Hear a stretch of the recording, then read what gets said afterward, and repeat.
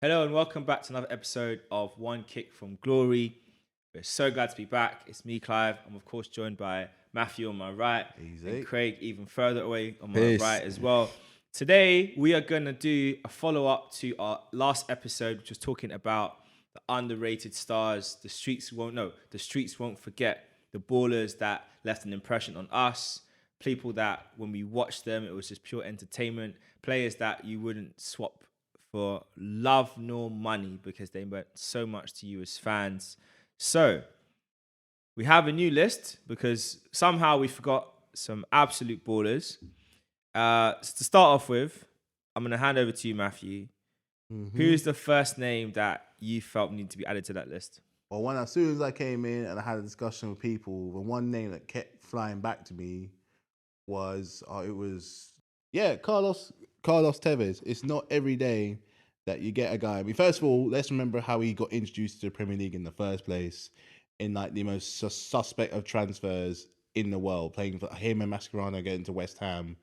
I don't know, it was just like having paella in like a fish and chip shop in like, outside West Ham Stadium. It just didn't make any sense. But the short time they were there, the impression they made was just like unbelievable. They were tearing. It was clearly they were tearing up the league for the short time. They were far too good to be at West Ham, and Man United clearly agreed, and they took him on. And clearly with the partnership, the trio, all with the team, the plethora that was along with like Ronaldo, Rooney, and Nanny and Anderson, if you want to include those, he still kind of shone through and did his thing. He was a good player in his own right. He was horrible to play against, but I bet for Man United fans and neutrals, an absolute joy to watch. And then, after great success in Manchester United, he went and equaled that at Manchester City. It's not very easy to dominate a city playing for both big time clubs. So you have to admit that's a great hustle right there. You have to put some respect right there, man.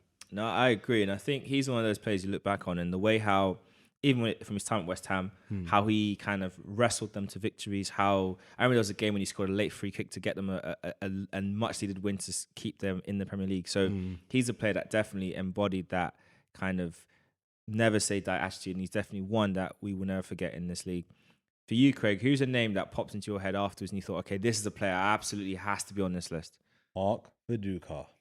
Mark Viduka, former Leeds striker, Australian, definitely had a very good career. What was it about him that made you feel like he's a player that definitely needs to be on this I list? remember there's one game that always comes on Sky, Liverpool versus Leeds. It was an early kickoff.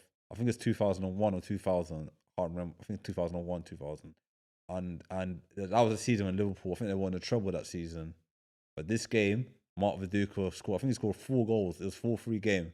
Viduka either scored 4 goals or scored a hat-trick. I think he scored a hat-trick. And Viduka was just tearing up the Liverpool defence. And they had their backline, they had loads of good players at their backline at the time. And every time Viduka got the ball, he was scoring. And I just loved the way how he played in the Premier League. He played for Leeds, he played for Middlesbrough, he played for Newcastle. He scored goals wherever he's been at. He played for Celtic as well. So he's a natural. He was a goal scorer. He was a finisher. Yeah. Another one for the list, Matthew. Who have you got in mind? Because I didn't like him at the time, I didn't like this man, but I have to look back and go, he was good. Has to be Luis Garcia, especially the goal that never was and part of, Rafa's Spanish Revolution. This is before even Torres arrived. I think there was him there. Xabi Alonso was there. No, who's the other one? Morientes was there. But we weren't talking about Morientes, but they were talking about Luis Garcia. He was exciting. He was fun. He was quick. He was eager. He liked playing against Chelsea, much to my annoyance. But that's one reason why he kind of sticks out for me. So he's got to be included in this as well, even though I really still don't like him. Yeah, I mean, that game lives long in the memory because it was such an unconventional moment. It's the key goal that led to Liverpool win the Champions League that season. It's a goal that Mourinho will never forget. He will never. I don't even know if he's even forgiven the referee since then. I know Chelsea. I know Luis Garcia loves talking about that goal as well. So it's just all around just a moment that you will never forget. And of course, he was a player that with his skill set, with his he had a good flair to him. One of those players that was a key part of Liverpool's history. Yeah, he can have it. It's all right. You can have it. Who have you got in mind now, Craig, in terms of adding on to this list? I have to say Harry Kewell. Harry Kewell from Leeds. He scored some absolute screamers. Mm. When he went to Liverpool, Liverpool only got half a season good out of him because he had a bad injury. When Benitez came to Liverpool, he had a bad injury in the Champions League final and he was never the same player again. But when he was at Leeds, he was so good. He scored an absolute screamer against Arsenal. I remember it was the season when Man United won the league, and I think if we won that game or drew that game, we could have retained our title. I think the ball got pinged over the top, and he ran through, controlled it. It looked like he controlled it with his arm, but it hit him up here, controlled it, and then volleyed it first time past Seaman. Seaman was scrambling. No way was saving that. So I think Harry Kewell. Yeah, definitely Harry Kewell. Yeah, that was definitely a big game and a massive turning point in our season. He's definitely a player that always used to excite and delight, and a player that always had something extra about him. Now, of course, one of the players that came up in discussion, and we were looking at this long list of players, people that, from far and wide, players that have excited.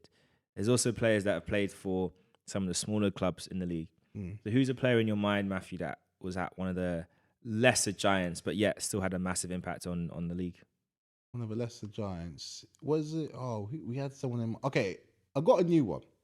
It's a controversial one. I know he's not retired. He's not old school, but I think he's going to be remembered after years to come, purely because the kind of guy and the personality that he was. I'm going to go for small club. I'm going to go for Troy Deeney. It's a hot one. It's a hot one. He's not retired just yet, but I just think for someone who was loyal to the club for the time that he was there and what he meant when he was there. I mean, he was one of the big reasons why they came up from the Championship in the first place. He stayed the ship. He was a great leader for them when he was there. He scored against, most of the big clubs, Arsenal, Chelsea, Man U, and he was just that kind of guy where he knew he wasn't the most skillful or the most refined player there, but he had grit, he had guts, and he was strong, and he was just like he was raw and he was honest. He had this thing about, I don't know if people know about cojones. He had the thing about the cojones. I think that's going to go down with a lot of people where it might have rubbed you up just a little bit the wrong way. But when you look back at it, I think he had this a view on so many other teams or so many other players that he had. But he's another one when he's talking in the dressing room as a leader. I think it'd be fascinating to kind of listen to what he has to say, especially with the services he provided for Watford. I know he's gone, but he brought them back up again. He stayed, he brought them back up again. So if you can ask him for a streets won't forget, especially for the streets of Watford, somehow, he's definitely going to be remembered. That just came to me just now. I mean, yeah, that's a fair shot. Troy Deeney is definitely a player of the league. The impact he had, the games, the battles he had against top defenders, and how he would make himself a nuisance. I mean, Watford didn't always come out on top in those games, but you definitely felt his presence, and he definitely made himself felt in terms of the game he played. Do you have another striker in mind, Craig, that's also kind of bubbling away in your thoughts? I've got two. The reason I'm going to name these two because they were very good as a partnership. When one didn't play, they struggled. When they were partnership together, they were very good. Robbie Keane and Dimitar Berbatov. As a partnership, they were very good. They kept Defoe and they kept the other community out of the team when they were playing. When Martial became Tottenham manager, and they were his first two picks. And I think the streets will never forget both of them. Robbie Keane scored spectacular goals. Berbatov could score spectacular goals. Berbatov's first touch. I remember one game when he played for United, he got against West Ham. He got the ball near the corner flag, used his foot, he flicked the ball on the line on the corner on the line. He flicked the ball past the player and set up and got an assist. I can't remember who scored. I don't know if it was Tevez or Ronaldo, but the way how he flicked the ball and did that trick, the streets will never forget Berbatov or Keane. You know what it is? I'm going to add a car analogy in there. For those who don't know, I do like my cars. Between the two of them, watching Robbie Keane was like watching, say, like a perky hot hatch, full of energy, full of life, like happy and perky, like a little puppy almost, like kind of puppy enthusiasm. Dimitar Berbatov was more like a Maserati. He looked so good doing what he did. A Maserati looks good when it's driving slow. He looked good when he's doing football. Some of the skills, just finesse, was like velvets when he was playing football. I know what I mean. But it makes sense. If you watch these guys do their thing, that's what I'm trying to get at, Okay. Yeah. I mean, I think there's a lot of players we could list, but if I was to get you all now to pick your final 5 players that we didn't, that obviously you've got a list of names on your phone, so you can check your phone if you want to look at it, Matthew. But like, if you go through that list and you pick a thing of like the top 5 players that you think have to be added to this squad for the Streets Won't Forget. And while Matthew has a quick look, Craig, if you wanna suggest a couple people that you think definitely they should be a part of this in this consideration, because I think one of the players that did come up in discussion was Kanu. Yeah. We kind of dismissed him earlier because we were kind of trying to be a bit vogue with our choices. Of course, we also had Ruud van Nistelrooy, who, I mean, he's like Marmite to me. Can't stand the kid, but he scored a lot of goals for Man United. He was good. Probably should have stayed a bit longer. But yeah, so 5 players. Can it be any position? Any position, just 5 players that have to be in this squad. I'll say Lano for Man City. Mm-hmm. He scored some spectacular goals for City.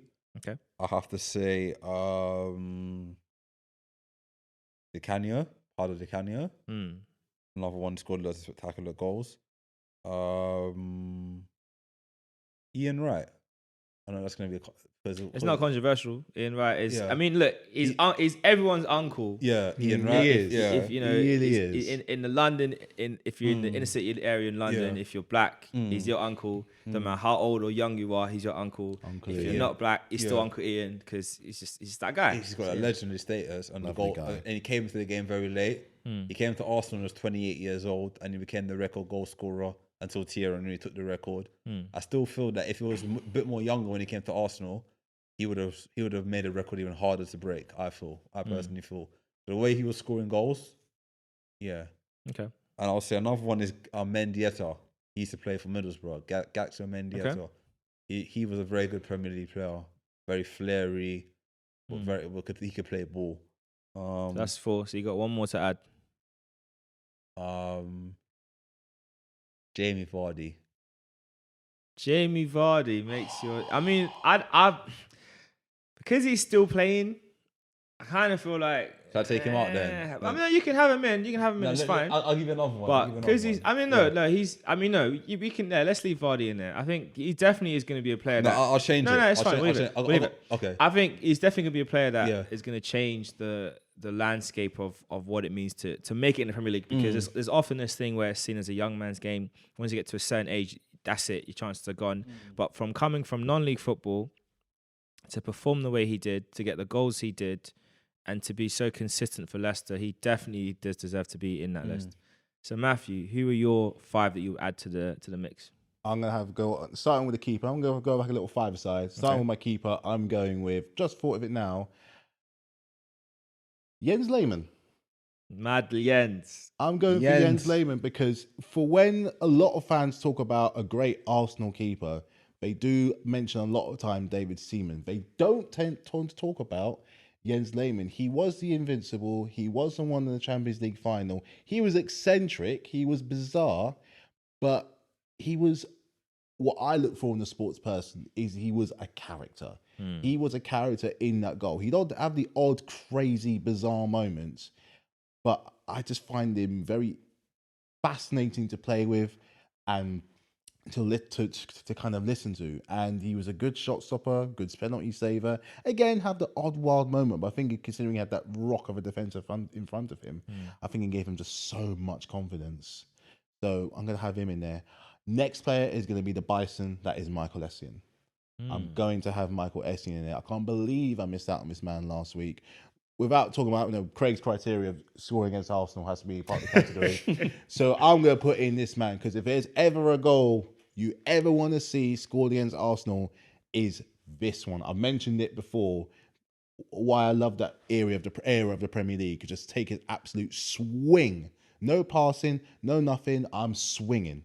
And he was just another great rock of a player. Don't know about underrated, but definitely I think he's kind of like on that kind of level. I just love watching him play. There's something about him. And I know he came very, very highly rated from Leon. So I've got 2 down. I'm gonna go. I'm going to the front. Go with James Beattie. I'm gonna go with James Beattie.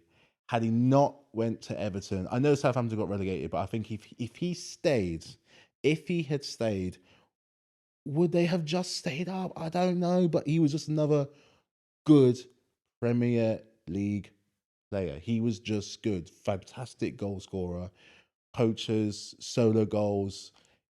You mentioned should have been part of the England fold, deserved to be.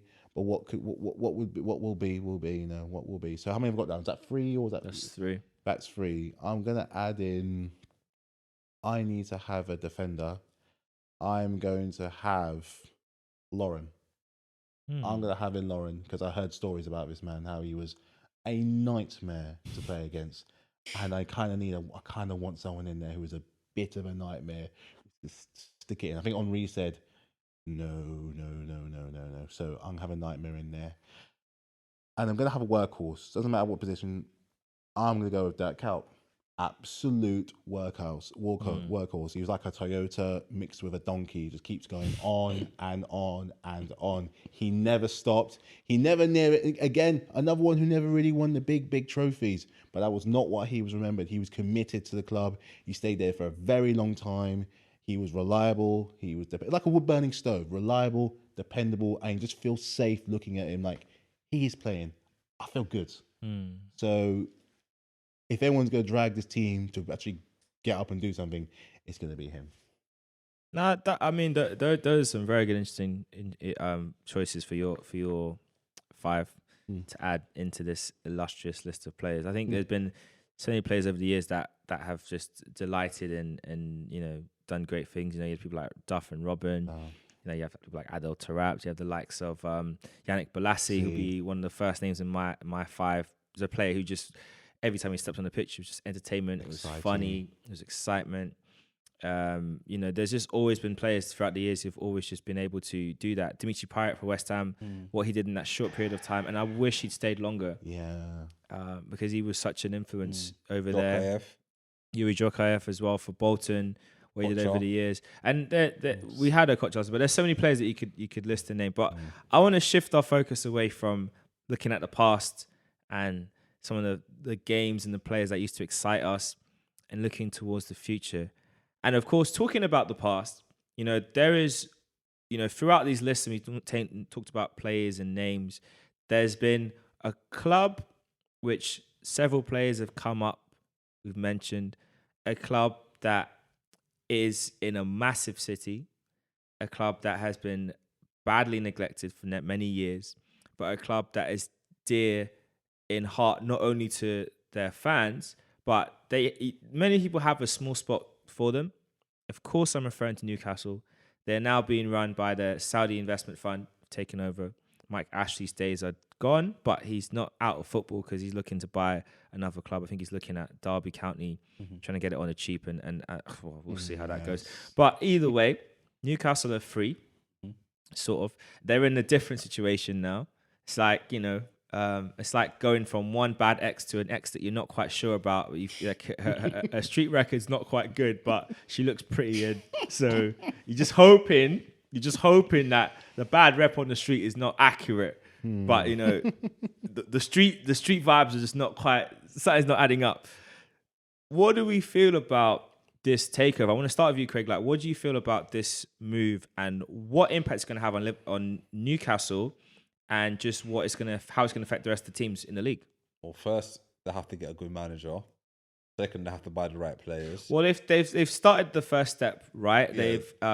They've Steve Bruce has agreed to leave by mutual consent. And actually, he was some quotes about some of the things that was written about him and said about him in the press, which is quite harsh. He was called a cabbage head, and you know, he was inept and out of his depth and rubbish and unable to manage a football club. So he really suffered there as Newcastle manager, but he's now moved on. Yeah. The recruitment has to be good, buying good players, because a lot of clubs, when I remember Man City and Chelsea, when they first started buying players, they'll just buy, had the money, just spending like it's like a kid in a sweet shop buying all the sweets. So they have to buy the right players, and buy the right players for the right ethos of the club, and they have to invest very wisely, because they could be spending 100 or 200 million on players, and if they don't fit the way how they want them to play, it's not going to work. And we're gonna touch on in terms of the investment and who they could potentially get and what would be good and bad deals a bit later. But carrying on this theme about Newcastle, Matthew, when you heard the news, obviously we kind of knew it was coming. It'd been delayed for a while. They managed to pass the fit and proper test from the Premier League. I don't know how, but they did. What did that mean for you? Obviously, as a Chelsea fan, you guys have been through that kind of takeover, and you've seen the impact that having that massive injection of cash can do for your club and how it can help raise your prestige and your brand as well. How do you feel about this news and what it could do just going forward? Well, I've always said in the past, if I was in the position, if I was a big time billionaire and I was going to purchase a club to bring them, closer to what I think they deserve, it would have been Newcastle. So this was no surprise to me that the fact it'd been bought. What has surprised me is A, who has bought it, and B, just how much money is at stake. Like Craig said, they could go off and do a Chelsea Man City and just do it to go and be like, all right, this, and this. That's really playing FIFA. That's really, really, really playing FIFA. And I was thinking in my mind, this changes. It will change a few things if it takes 5 or 10 years.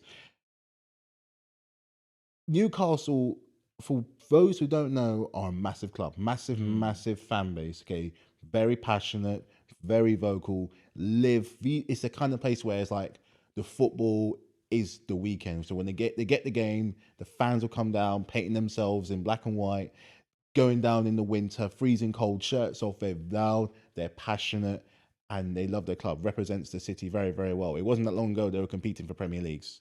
Okay, let's get that. So I think, and it could also, but not only that, I think it could also help bring up the area as well, make it like a cultural capital.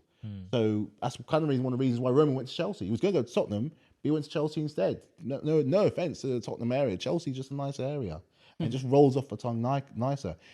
And Newcastle, and I've kind of been that for Newcastle. I've never actually been, but I've heard great things about the city and just how entertaining and just how nice it is all the way up north. So from that point of view, it's good. It was coming, but it also again, it kind of depends on who the manager is going to be and who they get. Because if they can do it sensible, then potentially. You don't want to think of it as buying the Premier League, but that Premier League could come quicker than they think if they're sensible and don't just go out and think about shirt sales. Do it for the club, get them some success. Win, a Carabao FA Cup along the way. Well, you made a good point there about if they do it sensibly. And of course, the key thing is going to be, like you said, Craig, the recruitment direction. But before that, of course, the manager they bring in place is going to be equally as important. So for you, Craig, who would you say... Okay, who could obviously they could go for anyone really? Who would you say is the manager they should get, and why? Well, Conte is a good manager, and he said that he only take the next job if it's a good project. Well, Newcastle was a very great project. He's gonna have a lot of money to spend, and every club he's been at, he always had a lot of money to spend. I'll say Conte. I would say the ex-Bournemouth manager Eddie Howe's available. Okay, he'd be a good. I think he's a very good manager. I think. At Bournemouth, towards the end, why it didn't work out, because I think they struggled with players towards the end, a lot of injuries and whatever, and they weren't scoring. And that he knows how to work with players like Callum Wilson and players like Ryan Fraser, so he'll get the best out of them. Okay. Another manager. Okay. So that's two interesting options. Yeah. So that for you, Matthew, who would you say would be? Because there's a lot of managers that are available. Also, there's managers that you could potentially tempt away from their clubs at the moment if you offer them the right money and the right severance package. So who would you say would be an interesting shout for them to go to? What two names would you pick? This is a surprising one, but I think he'd have more say if he was here. And I think it might take a bit of pressure off. Why not Pochettino? I know he's at PSG. He might get fired there. But here's the thing. With the players, that front, never mind the players, the front three they have, there is no excuse. They need to win everything. And so far from what we've seen, it's been good, but it's not been dominant. It's not been good. It's been awful. I watched them the other night in the Champions League. Terrible. And I had more fun, enjoyment watching a YouTube video of someone cooking. Genuinely, someone cooking food. What were they cooking? They were making it was like this noodles dish, but like when they were chopping up all the vegetables and then they but that was more entertaining to me than this game. Watching vegetables is quite a satisfying thing, though. It's quite a satisfying thing. But that's what I mean. The pressure on him, the weight on his shoulders is immense. He has to deliver, and he didn't deliver last year, and it doesn't look like he's delivering this year. He's proven in the league. He knows how to work on it with a budget. So I'll add this. Yeah, go on. PSG are the football equivalent of an hourglass shape or a BBL. They are top and bottom heavy, and there's nothing in the middle. Perfect. Like literally, you take out Verratti, and then there's nothing there. There's literally nothing there in the middle. There's nothing. Defensively, they've got numbers. Fair enough. Like goalkeeper, like goalkeeper and the centre backs. No, the back five, cool. Yeah, we could, and the options they have off the bench, yeah, sorted. Up front, stacked. Midfield is Verratti, and then it's just hopes and prayers.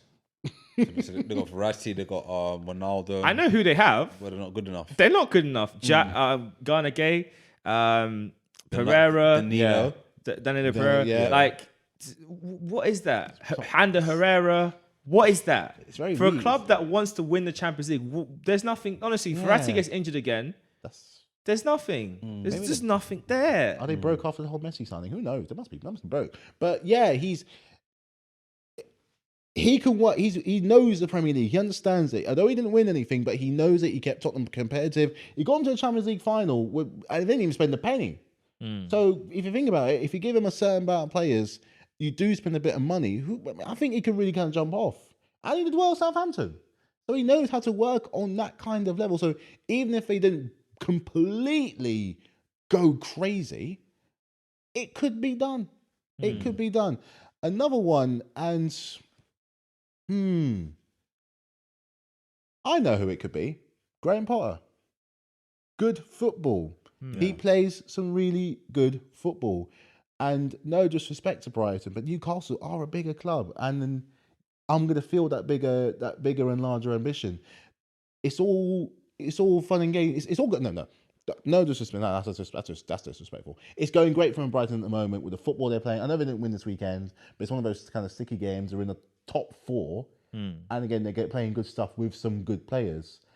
I think he's kind of almost meeting in the middle with Pochettino, with a little bit more investment, with the style of football he's playing. If they can keep their exciting players like it's St. Maximans, I think that's going to be great.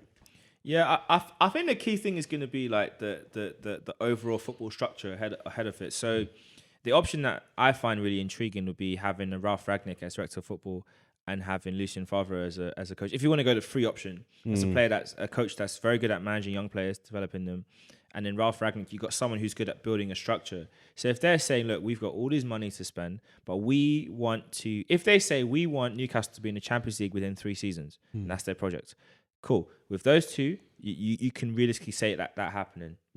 The only concern now is if they go out and get an Antonio Conte and they say to him, okay, we want to get to Champions League within 2 seasons, then you're spending a lot of money to do that. And also the other thing is that the other side of it is there's a lot of players at Newcastle that need to be let go and moved out the door. And who's going to buy them? I don't see a market for a lot. I mean, a lot of their defenders, I don't see a market for much of their defense. I don't see a market for much of their midfield. I think they have players that shouldn't be there. Joe Linton should not be in Newcastle. No. So my question to you is, Clive, who do you feel that they should get defenders they should keep? I think Lascelles is a good defender. But I think the rest of them, nah. Do you know, it's hard to then, like, let's put it this way. Everyone's up. Like, outside, looking at Newcastle's squad, the goalkeepers you keep, all 3 of them. Dubravka, Freddie Woodman, and Cardalo, you keep them, right? And then up front, you keep Almiron. You sort of keep, but I would relegate him to a squad option because I don't think he's out. He doesn't. The numbers are just not there. He's exciting, but the end product is just not quite there. You keep Wilson because you invested into him, but then potentially you're looking to make him like a backup to a higher level standard strike player, and then of course you have Sam Maximum and Willock. Yeah. To me, those are the only players in that Newcastle squad that are secure.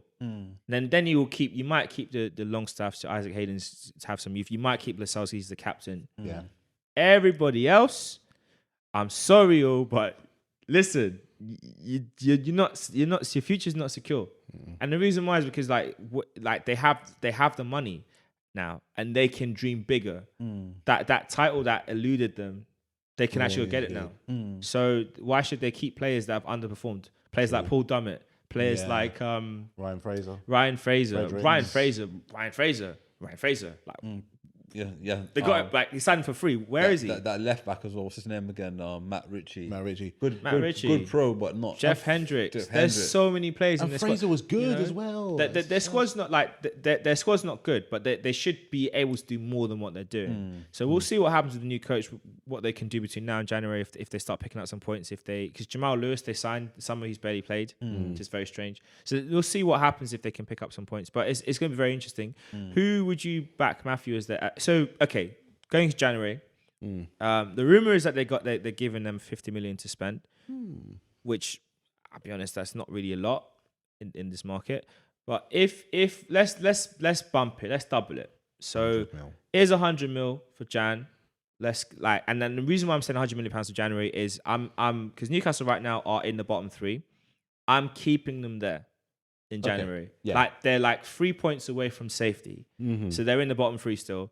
Here's 100 mil to get us where we need to get to. Who are you buying? Straight away? I was going to say Lingard, but his contract ends in the summer. So he's if we stayed up, he'd be one I'll be going for in January. He's a free. He's not negotiating. And I think West Ham have kind of forgotten how to pick him up. Ooh, this is ambitious because I think they're on the rocks and I think they can use the money. I'd go for Bamford. From Leeds. They're on the rocks at the moment. They are on the rocks. Their chaotic style, I'm sad to say, has been found out. And despite the good players that they have, and they've got some fantastic attacking players. And I know defensively they've got good players too. But again, it's just that chaotic style of always throwing things forward. Bamford proved himself last year. I think with a more half-decent, stronger defence, and one thing Newcastle do like is goals. The options of having Bamford and Wilson up front, I think is tasty. I'd have no doubts of them staying up. I could even see him going in for the top half of the table with that. Okay. I'd make an audacious bid. I think Leeds could use the money if they really want to stay up, even if by the skin of their teeth. How much would you say that would cost them then to price Bamford away from Leeds? He's mid-late 20s. He's got that English tax. 20-30 million. I'll go for more for 40. Okay, so that leaves you with 60 to spend. Who's going to be your next or the other acquisitions? How many players are we allowed? It's about money. Well, if we're getting rid of their defense, and there's no guarantees anyone's going to buy what you have. Oh yeah. No, so you got 100 million to spend, and you may not be able to send anyone. People may not leave, or you may have to just fire sell them. But you have 100 million. That's just what they're giving you. That's not off sales. That's just pure cash. Well, seeing as we're getting rid of their defense because it's the surplus to, well, apart from one surplus to requirements, they're going to need a defender and a quick buy defender, someone just to take. And he's not the best, but I think he's had good spells. Is Rob Holding? I can say him as well. How much should you be paying us for Rob Holding? 15. Yeah, we'll take that. A heartbeat. 15 million. Easy.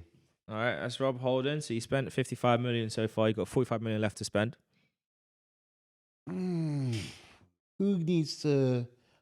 I'm gonna go with someone to put in the midfield. Who I'm giving one of my players, and after seeing like kind of different kind of votes and agreements, and just where they would fit, I think this player does deserve a chance. I'll go for Ross Barkley. I just want to say him as well. I think I'd go for Ross Barkley. Okay, Ross Barkley. How much we're talking? It's Chelsea, so he's not going for cheap. I mean, we sold Tammy for 35 mil. Want to say the same? 25, 35? 40? 25. Let's go 25. How much does that leave me? So you've now spent 70. You spent 80. You got 20 million left. Let's go for one more. One more player. Oh. Okay, how about this? How do you guys feel about this? I'm going to say his name. Granit Xhaka. Take him.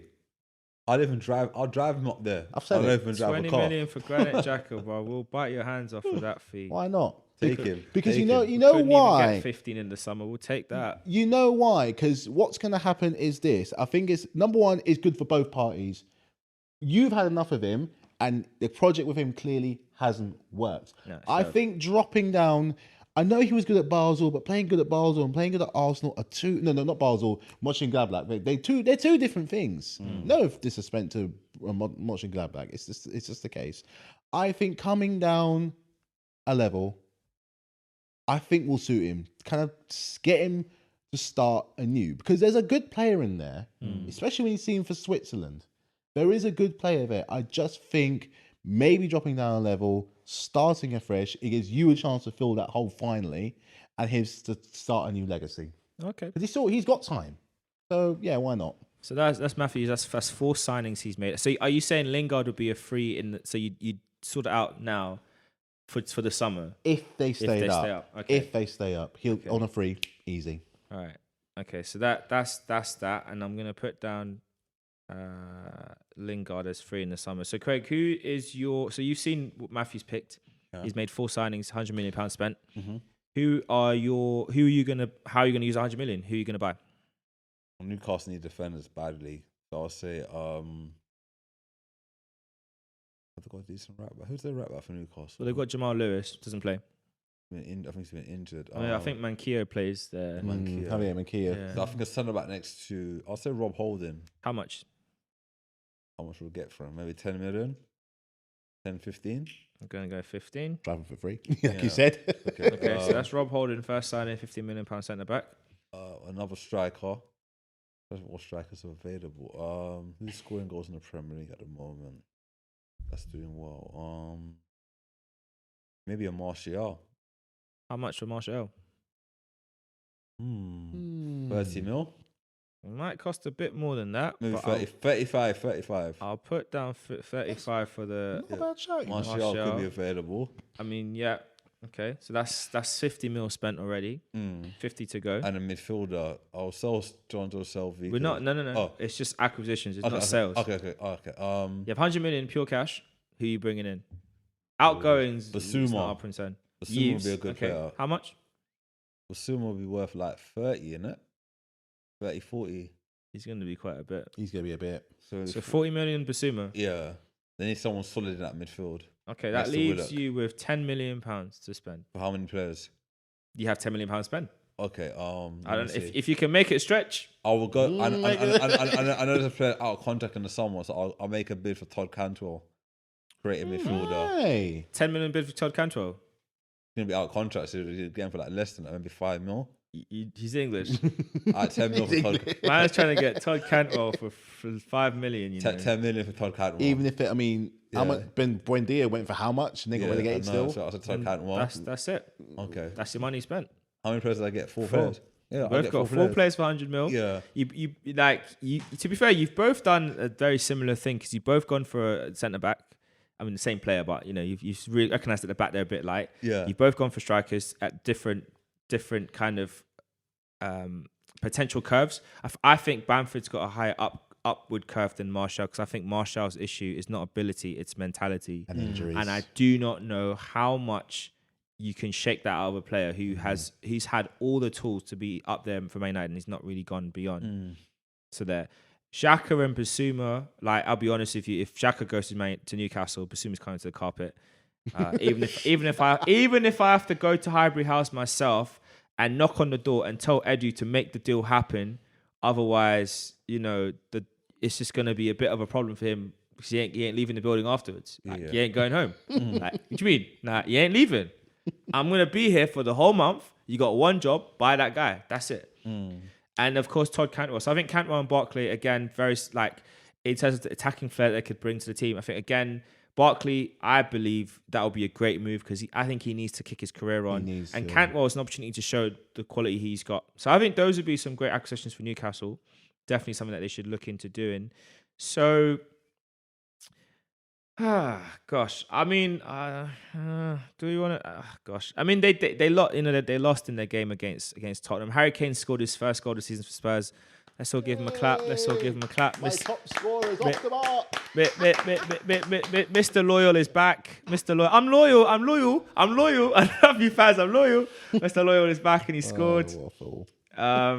Steve Bruce is obviously no longer there at Newcastle. So we'll see what they do in the next game. Who comes in, and how they set the team up. I think it was good that they scored nice and early. That was really good for everyone, for the fan base. I think they scored too early.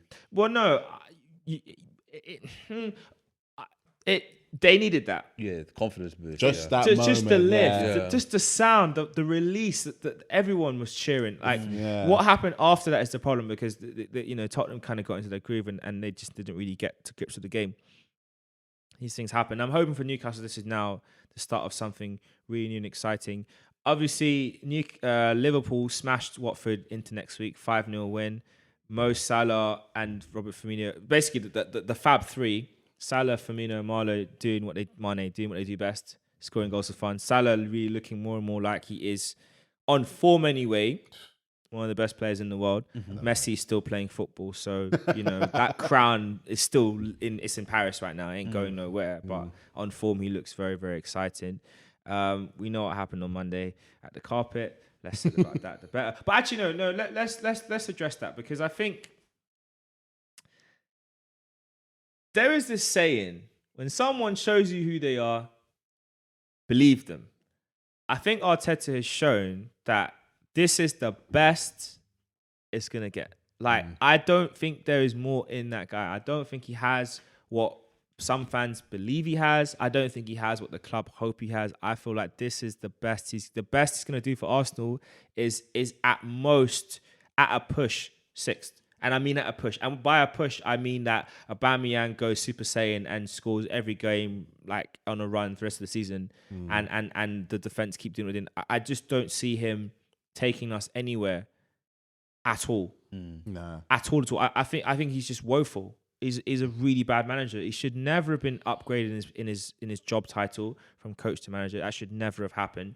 And the problem with the club is that we can all see it from a mile off, that there's just nothing happening. Like, it's really funny because we were talking about Crystal Palace and that they played better football than Arsenal, and they outplayed Arsenal at home on Monday. And not only that, Patrick Vieira's only had the summer, and already they're playing the football that he wants them to play. It's the same thing when Jurgen Klopp came in. Liverpool may not have had the players they needed that they have now, but the football style was there. The style was there. Execution wasn't quite right because they're under pieces. Yeah. And that's the thing. So looking at this, Craig, at what point do the board say, all right, let's just admit that this experiment with him isn't working? Because I don't think it's just a case of we don't have good enough players. Because I think we have good enough players to make top 6. Like, I'm not going to say top 4 because I don't think we have that, but I think we have top six players, and we should be able to get more out of this team. Yeah. But this guy just ain't it. I feel, after watching the game the other day, I watched a future Arsenal manager against a one that's gonna lose his job eventually. We hope it's going to happen. I don't know. Well, I don't know because let me put it this way: it won't. You spent how much money did you spend over the summer? We spent £150 million. Managers who spend all that money and don't achieve anything has to go. He has to go sooner or later. I want Arsenal to do well, but the thing with Arteta is his tactics are too negative. We're 1-0 up. Me and Clive watching the game at home. We're 1-0 up against Crystal Palace at home. I play Saturday football. Our managers always tell us when we go 1-0 up, go get the next goal. Go get the next goal. Go and score as much goals as possible. If you score more goals, you can rest players. You can take off a player. So you can rest now. We can rest Aubameyang. We can bring Lacazette on for a good 40 minutes or give him good minutes on the pitch. Not bring them on for like 20 minutes and begging him to score a goal. Martinelli, it's embarrassing. And then Martinelli as well. It's embarrassing. The other guy should have been sent off the other day for it to Saka. MacArthur or whatever. But let's put that to one side. That's a bad foul for MacArthur. But at the end of the day, like we scored a goal and then we just stopped playing. And we sat back. Yeah. We just defended. But he was, this thing that really annoys me because he says in his post-match conference, it looks like the players kind of took their foot off the gas. You told them to calm down. You were doing the whole flapping hands thing. Like, what do you mean the players? He loves to point the finger of blame at a lot of different factors and fingers. The right situation is this. This is the big issue of Arteta. Like, he had a whole season, he finished 8th. He had half season, he finished 8th. Why did we keep him? Like, he had a whole year and he had the same result as half a year. So what more do you need to see? The evidence is there. You can talk about players this, players that. The evidence was there. Cool. They gave him a fresh restart. You have no excuses. You got 1 game a week to prepare for. Every week. This week we got 2. 1 game a week. And actually we had 2 weeks preparation because of the international break. And the best you can do is a last-minute draw against Crystal Palace. At home. The best you can do is a 0-0 draw against Brighton. Away. That's 6 points that we should have got. Yep. If you're talking about this is a free hit year to get back into Europe, this is it. This is it. We don't want Europa Conference League. We will settle for Europa League because at the end of the day, like, we're not a champion. Like, if we get back to Champions League, we're gonna get humbled badly. Yeah. So we'll settle for Europa League and then make that push again. But to me, there's no justification for that man to stay in his job at all. None. They should just let him go. And the longer it goes, is the harder it is to sit back and think, okay, then how are they going to justify this? I mean, for you Matthew, looking at it, I mean, it must be fun as a Chelsea fan, like, see the dysfunction. It is fun. First of all, it's more fun to watch Man United. It's just more fun watching them. But for you guys, it's annoying because we can all see that the players you have, you're not, like you said, you're not an 8th place team and you're not a 12th place team where you are right now. Clearly, you've got players in there who know how to win and get into into the top half of the table. Some of your players go back to Wenger, so they know how to compete and get to not necessarily compete, but to get to the Champions League. I said before that after the Tottenham game, which I think was just a windfall of pure adrenaline, and thinking we need to prove a point. It was a perfect time to play them. You've done it. You beat them. But when you really look, you weren't playing that well. You're just riding on pure energy. But sometimes that's what you need. Fine, great. Build on it. And this is something that's been a problem with, I think, Arteta's reign at Arsenal, is that if it's not an FA Cup semi-final or a final or a big game he needs to win, there's nothing else after that. So, yeah, when you beat us in the FA Cup, fine. The next year we won Champions League, you're in 8th place. Simple fact. So you beating us gave us a whipping we need. You did it again. You did it again a few years ago. You beat us once at the Emirates and we had Conte. We went on to win the league. Switched to 3 at the back, changed the game, won the league. And we were out of the Champions League then. We used that mentality. So it's like you're kind of living...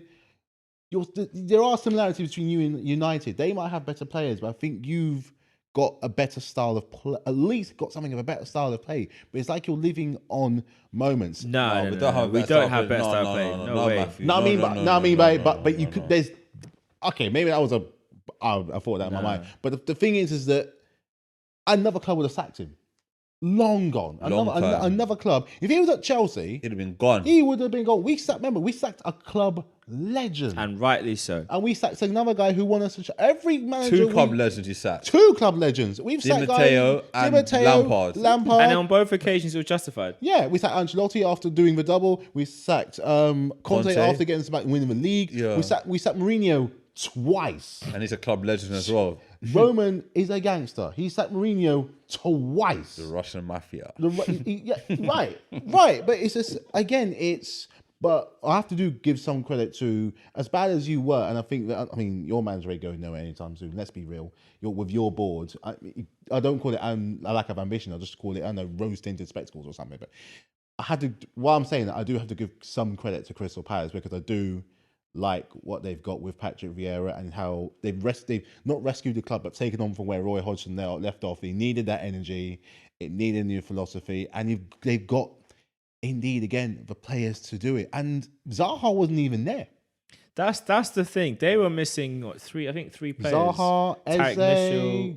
Mitchell did play. Eze and Zaha, they missed. That's 2 big players, and they still. Benteke doesn't score that often, but he did. You got scoring.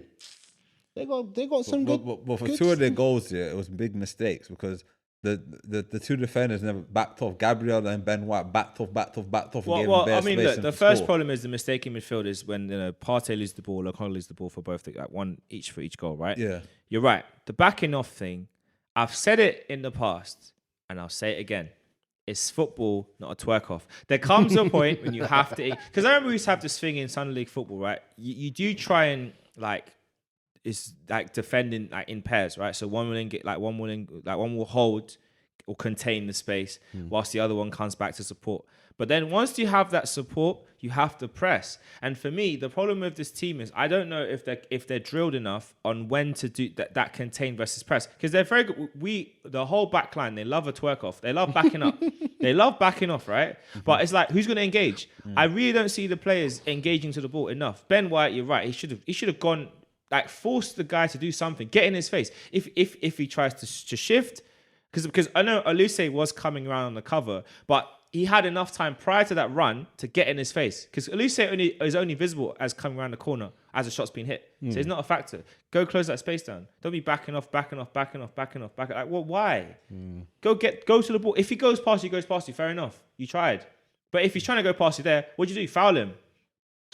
I mean, it's called a professional foul for a reason. Yeah. You shouldn't do it, but when you have to, you do it. Take it for the team. Take it for the team.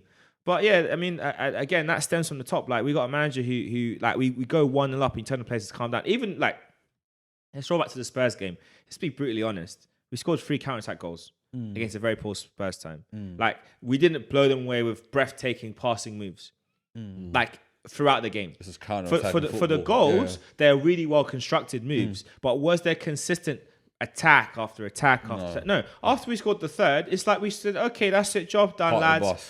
It's just this, but then that's, I think, one of the biggest things that bugs me of this coach is we don't create enough chances. We do not create enough shots. And one of the things that Arsenal was really good at in the beginning was that being able to suffocate teams late in the games, and we used to just be attack after wave after wave. And then it became the horseshoe of just passing around and around and around. But guess what? In both occasions, where's the opposition? Penned in.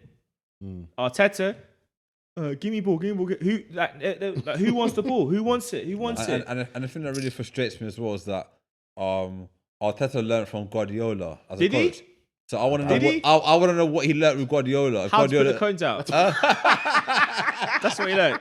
How to put the cones out, because he ain't learned nothing. Man's a cold man, you know. How can you be a player? One of the best managers. How in can you be a football player history. that has played it for the teams he's played for, been managed by the coaches he's played for, and this is your style of football? This is your football. Boring.com. This is your football. You can't turn around and say, I don't have my players. I need this, need that. This is your You football. do now. This is all your football, and it's not good enough. Oh, yeah, you know what? On the touch on that, you know, the whole, before we move on to the next thing, the whole Newcastle thing. I brought up something that, and as a player that I do like, young player, maybe another option for Newcastle if it was for a cheaper option, maybe Martinelli. What's going on with Martinelli? Listen, Arteta has a thing with personalities. Like, I don't know what it is. Some players rub him up the wrong way, and some players he loves more. But let's. I don't know. Oh God! Like I said, we could talk about this all day. You guys got a nice cheeky. I say cheeky. You guys, Brentford put you under stress. It could have been 2-1 Brentford, 2-3-1 Brentford. Stress. In the last 20 minutes, Stress. it could have been a wrap. I told you. You did say. I told you. You did say. I said. But then even though you did say, did you expect that outcome though? No.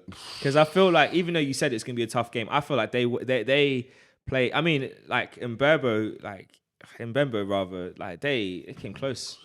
On another day, different I'm telling you, all those shots are at least going in. So at least for the ones that didn't go in, I thank the post, the crossbar, but big up to probably the best Premier League keeper right now in Edouard Mendy. Absolutely. Man took on right in the face, like clean in the face. In the face, acrobatic dives, command in the box, just... He's a brilliant goalkeeper. Man, top keeper, man. Top keeper. He was man of the match easily, but He won yeah, man of the match, yeah. I was stressed. I wouldn't know when that was the last. I think it was the last shot that went. We did that acrobatic one. Thank goodness for that. But I knew it. I just knew. But hey, big respect to Brentford. Are you concerned about the lack of goals in your strikers at the moment? This was always a problem I've had with Tuchel, is that the goals are coming, but they're not coming for your strikers. He did score. It was offside. But you expect more from the likes of Timo Werner and Romelu Lukaku. You do expect more, especially when you see Salah is on fire at the moment, And even then, he still got the likes of Mane and Firmino to score behind him. You know, City again, they're the sort of team that can get away with not having a striker. I don't think a striker scored for them this weekend. Harry Kane scored, so he's a finally off the mark. And then there's Man United. But anyway, but yeah, it is starting to be a bit of a frustration. But more easier games will come. We're playing Malmo as we speak, and we've got Norwich on the weekend, and we got Southampton in the League Cup, which I don't think he'll play. But has always been a criticism. We never really score enough. It's like 2 maximum, 3 if we're lucky, and even then, none of our strikers really score. But that could come as an advantage if we're coming if goals are coming from everywhere. That can't be a bad thing. But I would like to see my strikers do a little bit more. I think that's definitely going to be a thing, that the goals and the strikers, and I guess that the thing to close is that it's going to be interesting to see with the upcoming fixtures what our teams do and how. I mean, for Arsenal on Friday, that is a 6 point. No, it's not a 6 point game. It's not a 6 point game. To me, it is your job is on the line game. Me personally, if Arsenal don't win against Aston Villa, Arteta should not be in charge for next one. Simples. That's it.